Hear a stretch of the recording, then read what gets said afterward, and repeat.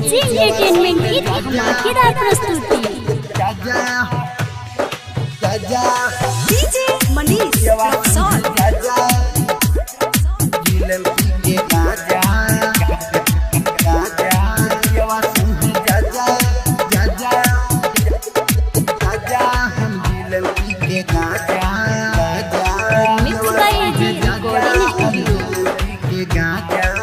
झूठो करो रोके तू काहे पूछलू, हमारा बारे में काहे एको बार ना सोचलू, एको बार ना सोचलू। झूठो करो रोके तू काहे पूछलू, हमारा बारे में काहे एको बार ना सोचलू।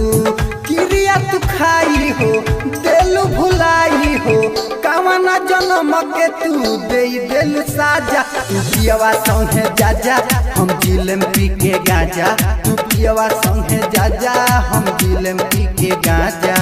आप सुन रहे हैं एजी एंटरटेनमेंट की धमाकेदार प्रस्तुति। गाजा गाजा तू पियवा संगे जाजा जिलम पी के गाजा। डीजे मनीष रक्सौल।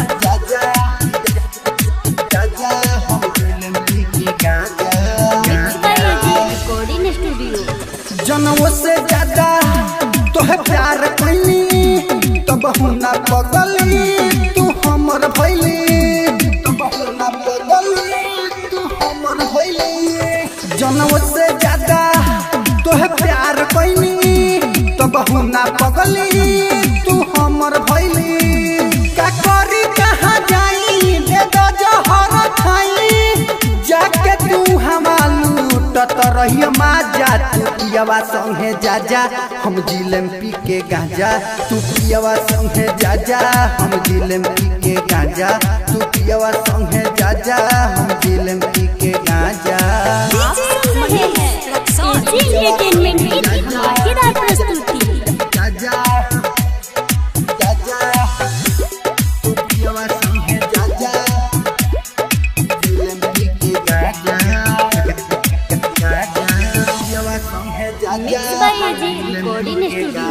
किशन बिहारी प्यार गईले हारी, दीपक जैन के भइलू प्यारी, दीपक जैन के भइलू प्यारी। किशन बिहारी प्यार गईले हारी, दीपक जैन तोर भइले प्यारी।